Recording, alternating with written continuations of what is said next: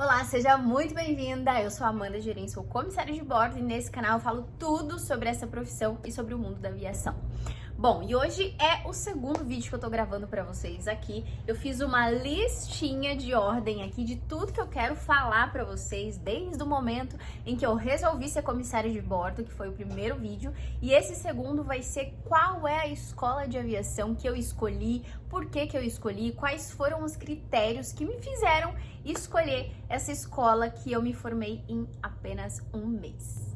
Bom, gente, então quando eu resolvi, bati o martelo assim, decidi ser comissária de bordo, eu já comecei a pesquisar, né, sobre algumas escolas e sobre a forma de estudar, se tinha à distância, se era melhor presencial, enfim. E como para mim era tudo muito novo, eu de fato queria fazer algo presencial, para que eu pudesse viver o momento ali, né, com os outros colegas, professores, e estivesse naquela energia mesmo da aviação. Até porque eu trabalho com internet, então praticamente faz anos que eu não tenho tanto contato social assim, real, assim, com pessoas, né, ao vivo, vamos dizer assim, ao vivo somente nas câmeras. Então eu queria algo que me fizesse sair de casa, enfim. Então eu queria estudar numa escola onde eu tivesse aula presencial.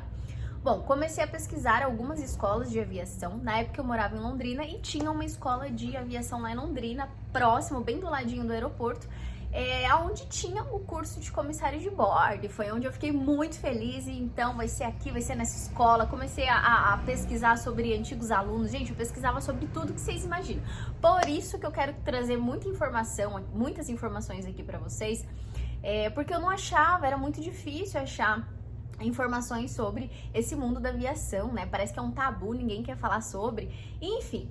Então eu resolvi mandar uma mensagem, né? Liguei, ninguém me atendeu. Foi assim, foi difícil ter o primeiro contato com a escola, mas aí eu consegui mandar uma mensagem para eles, perguntar como funcionava o curso, quando iria abrir, enfim. Ele me passou todos os procedimentos, né? Que estava em processo de abertura, né, de uma nova turma de comissário de bordo, que o curso era em média de 4 meses, né, 4 a 5 meses, e que eles estavam esperando só ter mais pessoas para começar uma turma nova. E é claro que, obviamente, eu me inscrevi toda feliz, toda ansiosa, e será que começa quando? Será que daqui uma semana, mês que vem? Aquela agonia.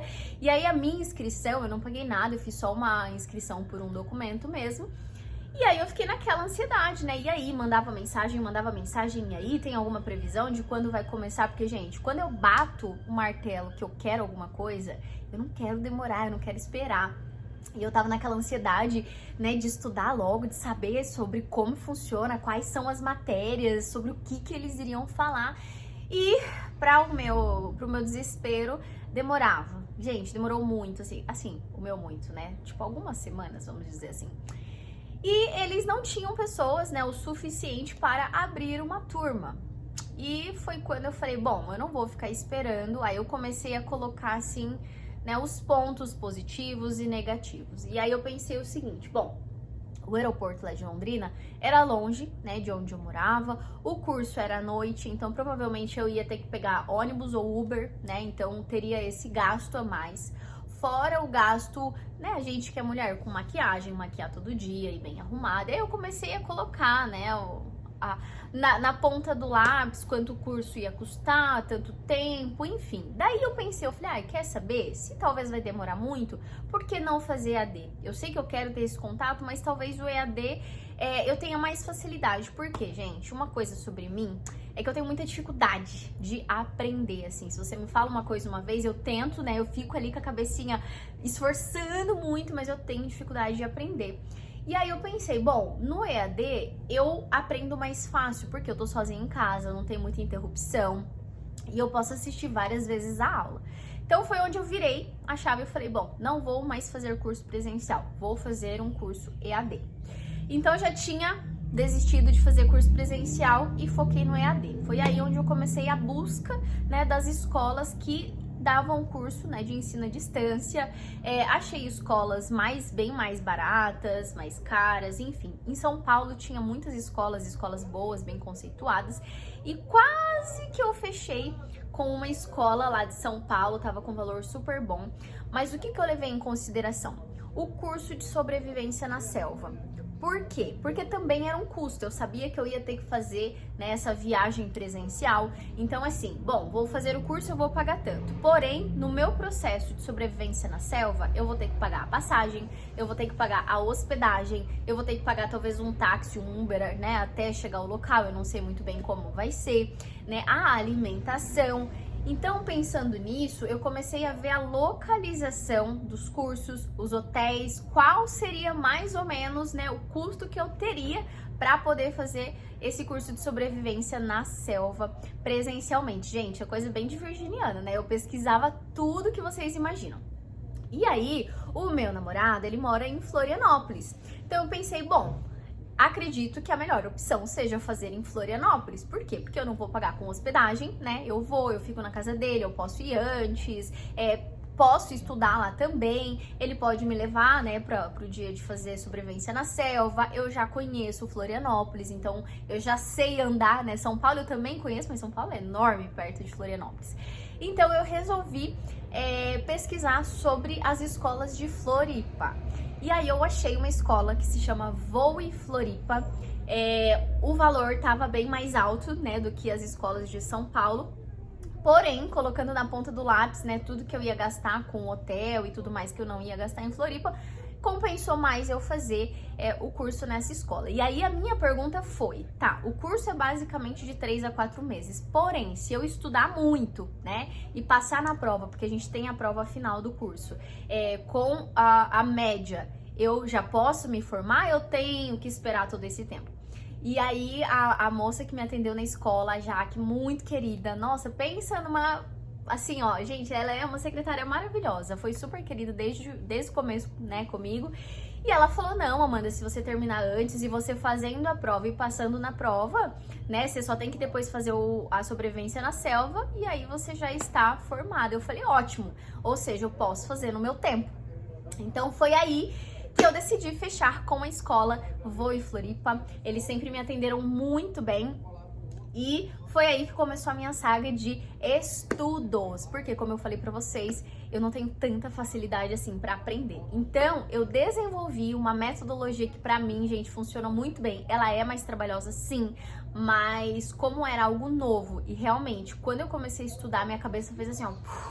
Tipo, é muita coisa que eu nunca ouvi na vida.